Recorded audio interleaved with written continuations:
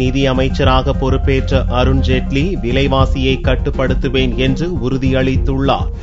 மோடி அமைச்சரவையில் நிதி அமைச்சராக பொறுப்பேற்ற அருண் ஜேட்லி டெல்லி நார்த் பிளாக்கில் உள்ள நிதி அமைச்சகத்தில் செவ்வாயன்று தனது பணிகளை துவக்கினார். பதவியேற்ற பின் நிருபர்களிடம் அவர் பேசும்போது, நாட்டின் பொருளாதார நிலை இக்கட்டான காலகட்டத்தில் இருக்கும்போது நிதி அமைச்சராக தான் பொறுப்பேற்றுள்ளதாகவும் விலைவாசியை கட்டுப்படுத்துவதற்கான தேவையான அனைத்து நடவடிக்கைகளையும் எடுப்பேன் என்றும் கூறினார்.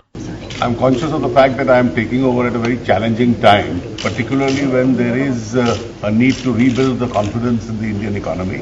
The challenges are very obvious.